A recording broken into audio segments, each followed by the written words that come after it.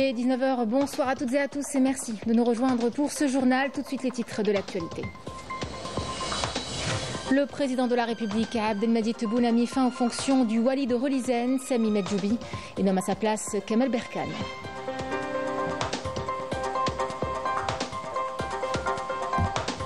Le président de la République a procédé ce mercredi à un mouvement dans le corps des secrétaires généraux de Wilaya. Le développement dans quelques instants. Dans un message sur les réseaux sociaux, le président de la République a félicité l'écrivain algérien Yasmina Khadra, lauréat d'un prix littéraire mondial en Espagne, une reconnaissance qui honore la littérature algérienne sur la scène internationale.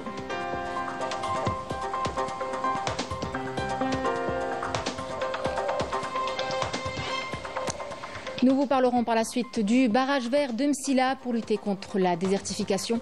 Un reboisement qui bat son plein avec des avancées significatives sur le terrain. Des milliers d'hectares sont sur le point de renaître. Un reportage est à suivre.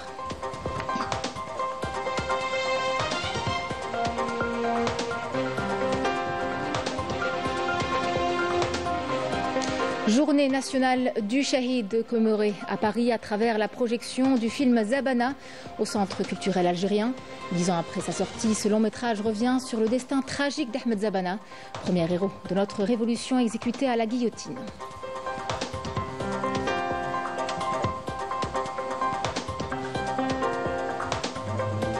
Au Maroc, la contestation ne faiblit pas contre la politique du Marzen, notamment après la multiplication des expulsions forcées. Le régime priorise son rapprochement avec l'entité sioniste et intensifie ses violations des droits humains envers son peuple.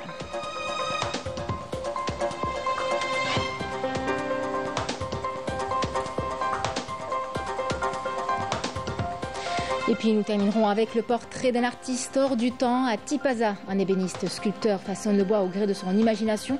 Entre tradition et inspiration, il donne une seconde vie aux matériaux et crée des œuvres atypiques. Mesdames, Messieurs, bienvenue à vous. Nous entamons ce journal avec cette décision prise aujourd'hui par le président de la République. Abdelmadjid Tebboune a mis fin aux fonctions du Wali de Relizane, Sami Medjoubi, et nomme à sa place Kamel Berkane. Le président de la République a opéré un mouvement dans le corps des secrétaires généraux de Wilaya sur proposition du ministre de l'Intérieur, des collectivités locales et de l'aménagement du territoire. Le mouvement concerne la promotion de 14 cadres en tant que secrétaires généraux de Wilaya. Il s'agit de Rachid Chrid, Wilaya d'Adrar, Nasser Zerh Qawi, Wilaya de Biskra, Mourad Rahmouni, Wilaya de Blida, Fatah Hlilou, Wilaya de Djidjel, Abdel Hakim Fakraoui, Wilaya de Annaba, Mohamed Ben Bakhama, Wilaya de Gelma, Fathi Lila, Wilaya de Msila, Ekli Wali, Wilaya de Bayad, Mohamed Massar, Wilaya de Borj Bouaririj, Abdel Hamid Habaz, Wilaya de Siti Semsilt, Zahra Bousba, Wilaya de Ain Timouchant, Masoud Slimani, Wilaya de Bni Abbas, Hicham Mahi, Wilaya de Tougourt, Belqasem Boudia, la Wilaya de Janet. Il a également été procédé au transfert de 4 secrétaires généraux vers d'autres wilayas. Il s'agit de Abdelkader Saadi vers la Wilaya de Saïda, Dhiab Bousmaet vers la Wilaya d'Al-Taraf, Qassi Amran vers la Wilaya de Tindouf, Abdelaziz Djouadi vers la Wilaya de Khenchla. Le président de la République a mis fin aux fonctions de 6 secrétaires généraux. Il s'agit de Mohamed Qoura de la Wilaya de Saïda, mis à la retraite, Khairat Li de la Wilaya d'Al-Bayad, El Tounsi Bouden de la Wilaya d'Al-Taraf, Rabah Ali de la Wilaya de Khenchla, Nourdin Saïdani de la Wilaya de Bni Abbas, mis à la retraite. Le président de la République a félicité aujourd'hui l'écrivain algérien Mohamed Mouleshoul, connu sous le nom de Yasmina Khadra, lauréat d'un prix littéraire mondial en Espagne. Dans un message publié sur les réseaux sociaux, le chef de l'État salue son talent et son apport à la culture algérienne. Au vaillant fils de l'Algérie, Mohamed Mouleshoul, dit Yasmina Khadra, félicitations pour ce prix qui vous a été décerné par l'Espagne, pays ami qui vient une fois de plus illustrer votre grand talent dans le domaine du roman. Félicitations à la culture algérienne, je vous souhaite davantage de succès. Fin du message. C'est donc là une reconnaissance qui honore une fois de plus la littérature algérienne sur la scène internationale.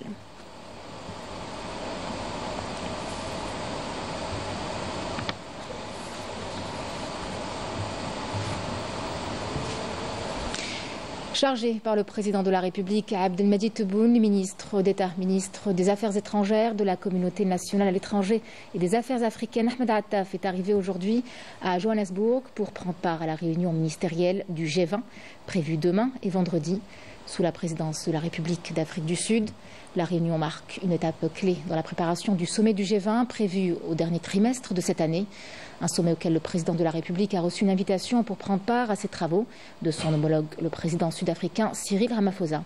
Cette réunion ministérielle sera consacrée à l'examen des développements de la situation géopolitique internationale ainsi que des priorités définies par la République d'Afrique du Sud pour sa présidence, étant la première présidence africaine du G20 depuis sa création. Réunion du gouvernement ce mercredi présidée par le Premier ministre Nadel Arbaoui est consacrée à la poursuite de l'examen de l'avant-projet de loi portant code maritime qui s'inscrit dans le cadre de la mise en œuvre des orientations du président de la République relative à la création d'une autorité nationale portuaire dont l'objectif est de développer et de moderniser également les ports nationaux et d'améliorer ainsi l'efficacité du service public portuaire ainsi que les activités économiques du commerce extérieur. Par ailleurs, et dans le souci de valoriser les ressources minières et de renforcer leur contribution à la diversification de l'économie nationale, le gouvernement a écouté une présentation sur la situation du marbre en Algérie et les perspectives de développement de cette filière. Le gouvernement a également écouté un exposé sur les mécanismes d'exploitation des micro-zones d'activité au niveau des communes destinées aux jeunes porteurs de projets, aux petites et moyennes entreprises ainsi qu'aux start-up. Et pour ce qui est du suivi de l'amélioration de la situation environnementale et de la lutte contre la pollution d'origine industrielle, le gouvernement a examiné un exposé sur la prise en charge des rejets industriels au niveau de Ouad Harash et de Ouad Raya. Il a également fait le point sur l'avancement de plusieurs projets liés au développement du réseau routier dans la wilaya d'Alger. Et pour finir, le gouvernement a écouté un exposé sur le programme exploratoire Algérien Startup Expedition, décidé par le président de la République au profit des startups algériennes, dans le but d'accompagner les entreprises innovantes et de leur offrir l'opportunité d'explorer les écosystèmes d'innovation les plus avancés au monde. En marge de sa participation à New York à un débat public de haut niveau au Conseil de sécurité sur la pratique du multilatéralisme et la réforme de la gouvernance mondiale, la secrétaire d'État auprès du ministre des Affaires étrangères, chargée des Affaires africaines, Barta Selma Mansouri, a tenu une série de rencontres bilatérales avec plusieurs présidents de délégations participant à cette réunion, ainsi que nombre de responsables onusiens. Mansouri a tenu des rencontres avec le ministre des Affaires étrangères de la Somalie, le ministre des Affaires étrangères de l'Ouganda, ainsi qu'avec le vice-ministre des Affaires étrangères de la Sierra Leone. Ces discussions qui ont permis d'échanger les vues sur les questions régionales et internationales ont porté sur les moyens de renforcer la coordination et la coopération dans les forats internationaux, notamment au sein de l'Union africaine et des Nations unies. D'autre part, une réunion a été organisée avec les représentants du groupe A3+, englobant l'Algérie, la Somalie, la Sierra Leone et le Guyana, consacré à un échange de vues sur les dossiers inscrits à l'agenda du Conseil de sécurité, en particulier ceux concernant les pays de l'Afrique et de l'Amérique latine. Les participants ont examiné les moyens de renforcer la concertation et la coordination au sein du groupe pour faire entendre sa voix au Conseil de sécurité. La secrétaire d'État a également eu des entretiens avec la conseillère spéciale de l'ONU pour l'Afrique et la sous-secrétaire générale pour l'Afrique. Il a été question des perspectives de renforcement du partenariat entre l'Algérie et l'ONU dans le domaine du maintien et de la consolidation de la paix, notamment en Afrique, ainsi que sur la coopération et la coordination Afrique-ONU concernant les questions de paix, de sécurité et de développement en Afrique. L'export algérien continue de gagner du terrain. Une nouvelle ligne de fret aérien relie désormais l'Algérie à l'Arabie Saoudite et une autre suivra bientôt vers le Qatar. L'objectif, ouvrir encore plus de marchés aux produits algériens, matières premières, agriculture, industrie, tout est mis en place pour les imposer à l'international. Des accords et un cap assez ambitieux, atteindre les 20 000 projets et booster la croissance des exportations, notamment vers l'Afrique et le monde arabe. Rina Lourari. L'Algérie renforce sa présence sur les marchés internationaux avec l'ouverture d'une nouvelle ligne de fret aérien dédiée à l'envoi d'une cargaison de produits frais vers l'Arabie Saoudite. Cette première expédition marque le lancement d'une nouvelle route commerciale venant s'ajouter à celle déjà établie avec le Canada, la Tunisie et la Mauritanie par voie terrestre et aérienne. Les produits algériens sont de bonne qualité, ce qui nous a encouragés à conclure un partenariat pour l'importation de produits agricoles dans un premier temps. Nous envisageons ensuite d'importer d'autres produits, d'autant plus que l'Algérie nous accorde de nombreuses facilités.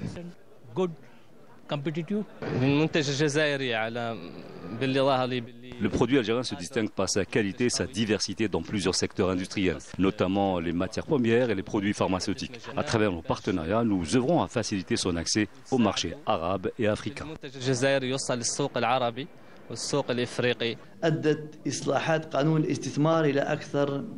Les mesures incitatives de la nouvelle loi sur l'investissement ont permis la concrétisation de 12 000 projets, ce qui entraînera une augmentation de la demande en services de transport et de logistique.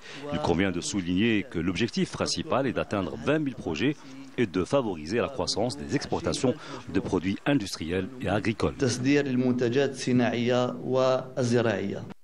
Dans le même sillage, une ligne de fret maritime reliant l'Algérie à Doha au Qatar sera lancée dès l'été prochain. Cette nouvelle liaison vise à renforcer les échanges commerciaux et à faciliter l'exportation des produits algériens vers le marché qatari. Nous avons accompagné les exportateurs et les opérateurs économiques dans la conclusion de nombreux accords. Aujourd'hui, 9 contrats ont été signés avec différents pays. Nous avons également voulu montrer que l'exportation ne se limite pas à la Mauritanie et à la Tunisie, mais s'étend également au Canada et à l'Arabie Saoudite.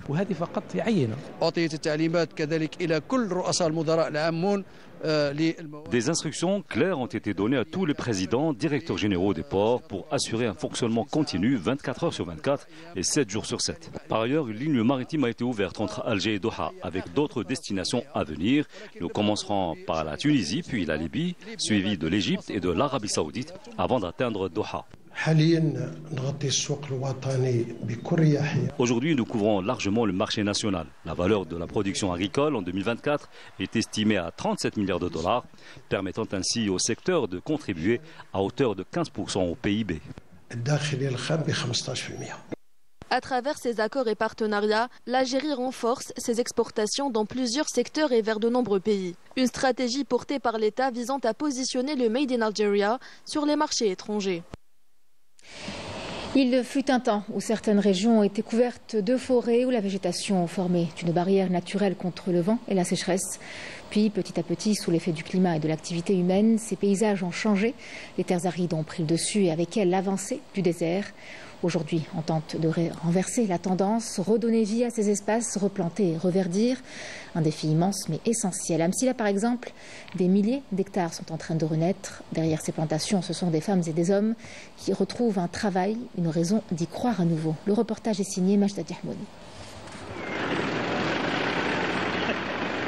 Avec l'objectif de lutter contre la désertification, le barrage vert poursuit son extension. Dans la commune de Sidi Amr à Bou Saada, le reboisement bat son plein avec des avancées significatives sur le terrain. La commune de Sidi Amr a bénéficié d'un projet de reboisement couvrant 540 hectares destinés à la forêt de Sidi Zmira. L'objectif est de planter des arbres résistants à la sécheresse comme le cyprès vert. Lancé en 2023, la première phase de ce méga-projet prévoit le reboisement de 4000 hectares avec des cactus et des figuiers de Barbarie, avec un taux d'avancement dépassant les 80%. La deuxième phase, quant à elle, entamée en 2024, vise la plantation de 3000 hectares supplémentaires avec des arbres fruitiers adaptés au climat aride de la région. L'objectif est d'améliorer le cadre de vie des habitants de la région en leur offrant des opportunités d'investir dans les arbres fruitiers tels que les oliviers, les pistachiers et les amandiers. Cela s'inscrit dans le cadre des 3 principaux axes de la mise en valeur des régions arides avec plus de 40 000 hectares de zones forestières, 100 000 hectares de parcours dédiés au pâturage et enfin la mise en valeur des terres agricoles.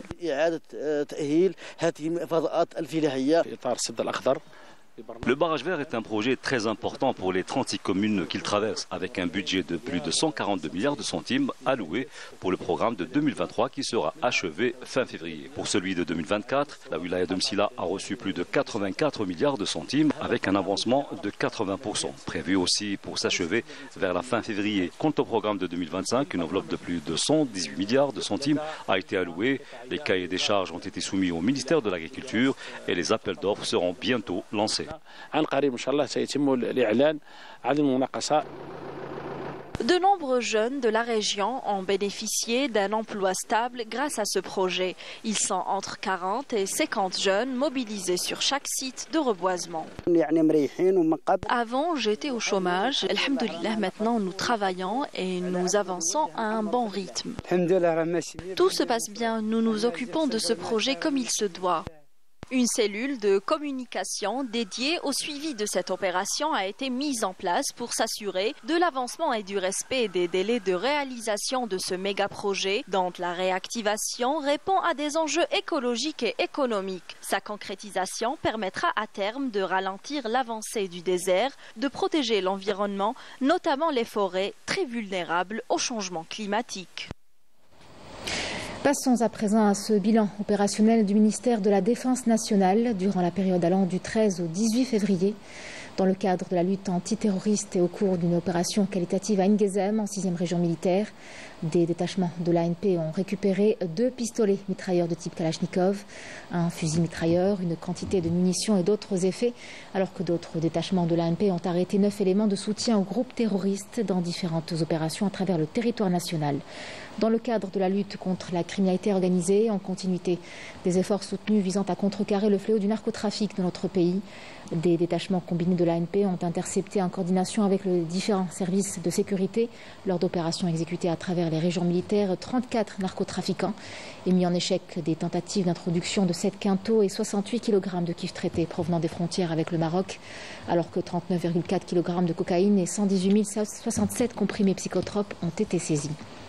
À Taman Rasset, Borj Badi Mortar, Insalah et Ngezem, des détachements de l'ANP ont arrêté 420 individus et saisi 22 véhicules, 318 groupes électrogènes, 258 marteaux-piqueurs, 12 détecteurs de métaux ainsi que des quantités de mélange d'or brut et de pierres, d'explosifs, d'outils de détonation et d'équipements utilisés dans des opérations d'orpaillage illicites. De même, 13 autres individus ont été arrêtés et 2 pistolets automatiques, 9 fusils de chasse, 31 514 litres de carburant ainsi que 21 quintaux de tabac et 77 tonnes de denrées alimentaires destinées à la contrebande et la spéculation ont été saisies lors de différentes opérations. Par ailleurs, les gardes-côtes ont mis en échec sur les côtes nationales des tentatives d'émigration clandestine et procédé au sauvetage de 221 individus à bord d'embarcations de construction artisanale, alors que 406 émigrants clandestins de différentes nationalités ont été arrêtés à travers le territoire national. Fin de ce communiqué du MDN. Hier, nous rendions hommage à nos martyrs à l'occasion de la journée nationale du Shahid. À Paris, au Centre culturel algérien, une projection du film Zabana a replongé le public dans l'horreur des crimes coloniaux.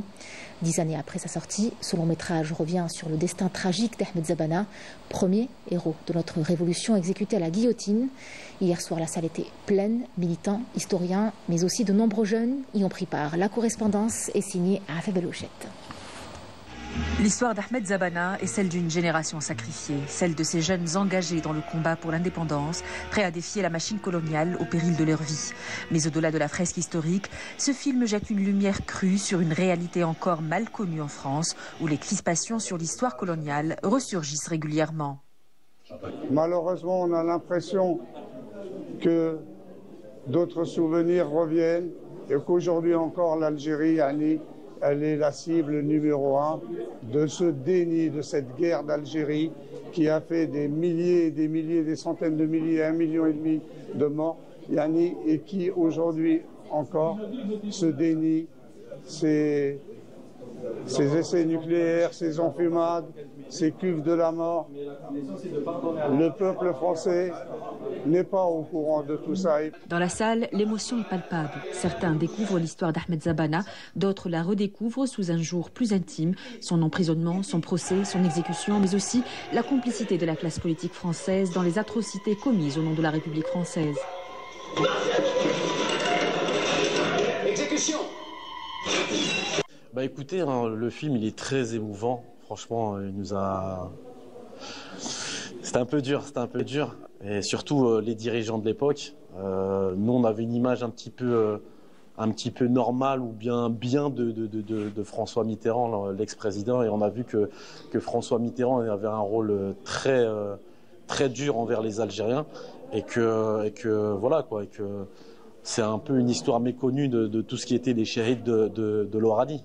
Si la France aujourd'hui s'interroge encore sur sa mémoire coloniale, voire l'ANI s'agissant de l'extrême droite et ses relais, le film Zabana rappelle avec force l'âpreté du combat et les sacrifices consentis. Une émotion partagée par les jeunes générations, souvent en quête de repères. C'était vraiment très très émouvant, très très difficile à regarder. J'en suis encore très très émue. Aujourd'hui c'est la journée de la commémoration de nos shahids et je suis très heureuse de porter fièrement notre drapeau en leur mémoire, sachant que je suis algérienne vivant à l'étranger. Et c'est une fierté pour moi que ce genre d'événement puisse exister pour que leur mémoire en fait continue à exister pour les générations futures. Dans un contexte où les questions mémorielles sont plus que jamais au cœur des débats en France, cette projection au Centre culturel algérien du film Zabana s'impose comme un rappel nécessaire, un cri du passé adressé à ceux qui veulent construire l'avenir.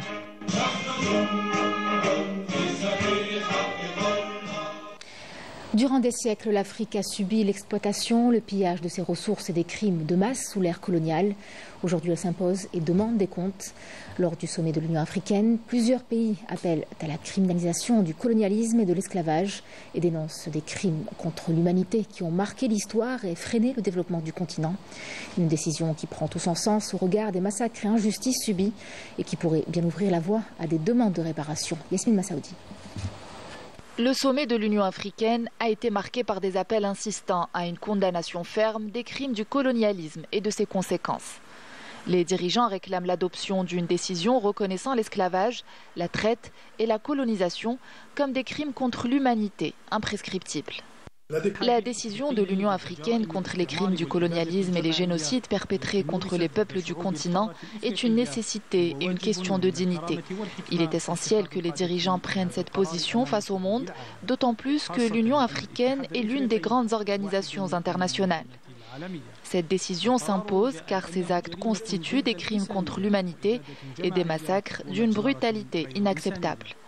L'Afrique revendique ses droits et appelle ses dirigeants à poursuivre cette démarche afin de rétablir la vérité et donner au continent l'image qui lui sied.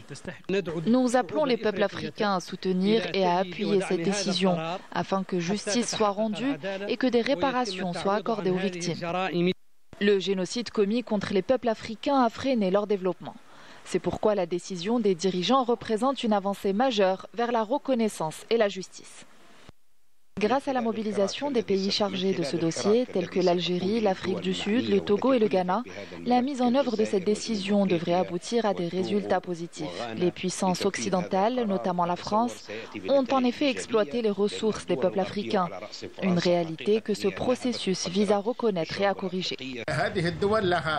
Ces pays ont une longue histoire de lutte pour la libération, la justice et la construction d'États forts et modernes. L'Afrique ne saurait être complète sans l'Algérie et l'Afrique du Sud, deux nations qui ont toujours été au cœur des combats pour l'émancipation du continent. L'Afrique engage un tournant décisif dans la défense de ses droits et de sa souveraineté. L'Afrique réclame justice, la France, elle, continue de donner des leçons mais à qui ? Après avoir colonisé, exploité et bâti une partie de sa richesse sur le dos des peuples africains, voilà qu'elle se pose en arbitre moral. Certains, issus de ces pays, jouent le jeu, au point d'oublier d'où ils viennent. Ces personnes sont mises en avant et médiatisées lorsqu'elles servent un discours, puis oubliées une fois leur rôle accompli. À l'image de Boualem Sansal ou Kamel Daoud, dont les prises de position sur l'Algérie leur ont ouvert bien des portes en France. Mais quelle place ont-ils réellement dans ce pays ? Yasmine Massaoudi. Dans tout paysage politique ou littéraire, certaines personnalités dessinent la trajectoire de leur carrière en fonction des opportunités, adaptant leur discours, souvent conjoncturel, aux intérêts de ceux qui les instrumentalisent. Cette posture leur permet d'exister, tout du moins médiatiquement. Parmi elles, une catégorie de naturalisés qui ont cru qu'un changement de nationalité suffirait à redéfinir leur identité. Mais au final, elles n'appartiennent pleinement ni à leur nouveau pays d'accueil, ni à leur pays d'origine, et finissent par se perdre entre les deux. Le plus souvent, elles sont utilisées comme figure de proue d'un discours, puis mises à l'écart une fois leur mission remplie. Des écrivains comme Boualem Sansal et Kamel Daoud sont la parfaite illustration de ces pratiques. Ces derniers, comme tant d'autres, ne doivent leur notoriété qu'à leur prise de position controversée contre l'Algérie, reléguant au second plan, voire aux oubliettes, leur parcours professionnel. S'érigeant en polémistes accomplis, ils occupent grâce à cela une place privilégiée dans certains cercles médiatiques étrangers où ils sont présentés comme des voix éclairées. À différentes époques, l'Algérie a connu de nombreux cas similaires, dont la notoriété, souvent construite sur le reniement de leurs origines et de leurs valeurs au profit de la France, s'est effritée avec le temps avant de tomber très rapidement dans l'oubli. L'Algérie, quant à elle, continue d'avancer à pas sûr, fière de son histoire, marquée par la résilience, la bravoure, la détermination et le haut sens du sacrifice de son peuple inébranlable. Ni les controverses, ni les polémiques stériles n'entravent le cours de son évolution. Au Maroc, la grogne monte contre la politique du Marzen, notamment après les expulsions forcées qui se multiplient, jettent des familles entières à la rue. Une situation qui alimente la colère dans un pays déjà en crise économique et sociale. Pourtant, au lieu de répondre aux préoccupations de son peuple, le régime semble prioriser son rapprochement avec l'entité sioniste, malgré une contestation populaire qui ne faiblit pas. Rina Lourari.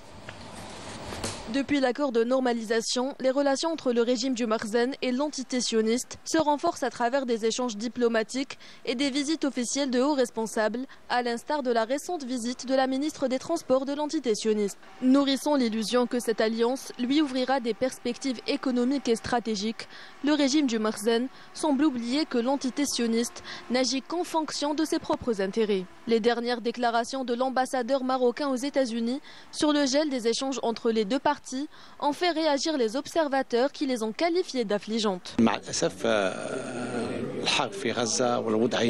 Malheureusement, la guerre à Gaza et au Moyen-Orient ont conduit à la suspension, ou plutôt au gel de notre coopération. Nous voulons bien sûr que le Moyen-Orient vive dans la paix et la stabilité, plutôt que dans la guerre et les crises. Alors que la contestation populaire contre la normalisation avec l'entité sioniste ne faiblit pas, le régime du Marzen renforce sa politique répressive. Ces dernières semaines, les expulsions forcées se sont multipliées, contraignant des milliers de Marocains à quitter leurs terres et leurs habitations, alimentant ainsi un climat de tension croissant. Tout s'effondre autour de nous. Nous sommes désemparés et ne savons plus quoi faire. J'ai 2 enfants en bas âge, nous n'avons nulle part où aller. Ce régime nous a abandonnés à notre sort. Où allons-nous vivre? Nous n'avons nulle part où aller. Honte aux dirigeants. Préférant se rallier à l'entité sioniste dans l'espoir de renforcer son pouvoir, le régime du Marzen intensifie ses violations des droits humains envers son peuple, qui subit de plein fouet une crise économique et sociale grandissante. Pendant que le Maroc renforce ses liens avec l'entité sioniste, celle-ci poursuit son escalade militaire dans l'enclave palestinienne. Le bilan de l'agression génocidaire sioniste s'est alourdi à 48 297 martyrs et 111 733 blessés depuis le 7 octobre 2023. Au cours des dernières 24 heures, les corps de 6 martyrs et 11 blessés sont arrivés dans les hôpitaux de Gaza.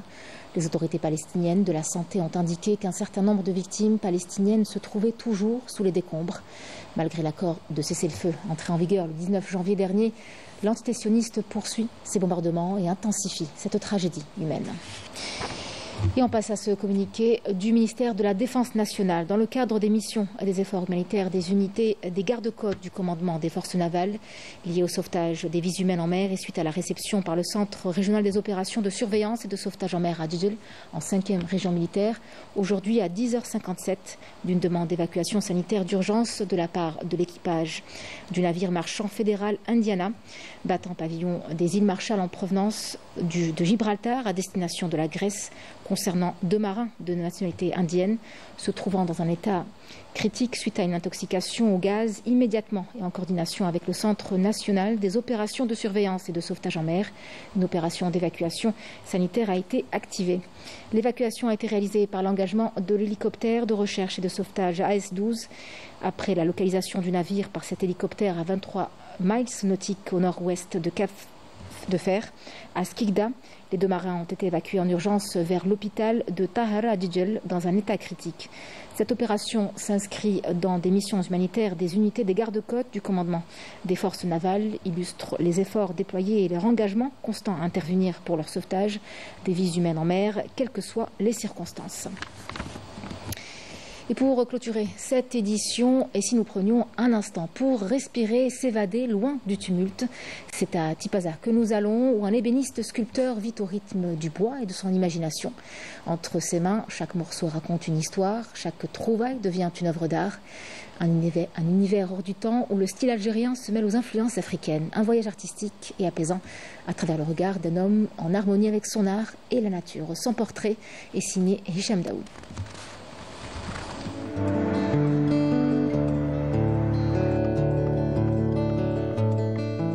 Il fallait choisir le bon moment pour le croiser, car il ne vient pas souvent dans ce site archéologique. Son espace favori demeure non loin du temple anonyme de la cité antique de Tipaza. Il s'appelle Djelloul Sahli, l'homme qui redonne vie aux arbres morts. Le métier, c'est pas un métier, c'est-à-dire dans les années 74. C'est des ébénistes, on fabrique des meubles sculptés typiquement dans le style algérien. C'est l'algérien معروف, c'est le berbère. وبعد هذا يسموه de l'art brut, du tronc d'arbre وكذا.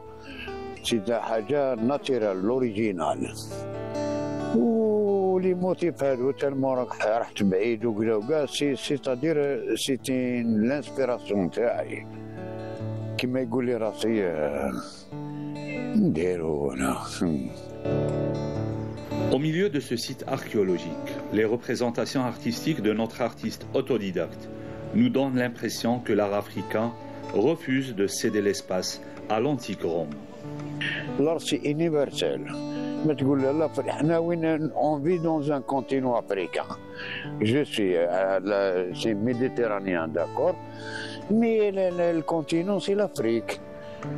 وانا على بالك نروح بزاف للصحراء جانات تمراسات وكذا سي بور سا كنا نانسبيري بزاف باسكو عندهم كما جانات كما تمراس وكاع سي دي ميزيون بلان اير سي دي ميزيون بلان اير الور نانسبيري بزاف لافريك. La collection de Djelloul ne s'arrête pas aux arbres de ses ruines. Il aime également ramasser des morceaux de bois inutiles, rejetés par la mer, et selon son inspiration, il les recrée et il leur donne une expression. Un arbre mort, au lieu de le jeter ou la hadoga, inspiré فيه تولي تحفة يولي نبر دار نبجي دار. النار هذا ما فيش ينفع كالبحر. ما قالوا البحر غميق ومواجهو يختلفوا. كي تحبس خلاص قالها سينيها صحيح. ما سينو لو كانت عندها ما فيهاش لافا حتى تاكلها كاع. وهذه هي الدنيا. S'arrêter un moment devant les œuvres de Djelloul au milieu de cette cité antique classée sur la liste du patrimoine mondial est une façon de vivre ce métissage culturel dans une Algérie méditerranéenne, mais surtout africaine. C'est la fin de cette édition. Merci à vous de l'avoir suivi. Demain, c'est Sabrina Robert qui sera aux commandes du midi. Puis je vous retrouve pour l'édition du soir à 19h. Excellente soirée à vous.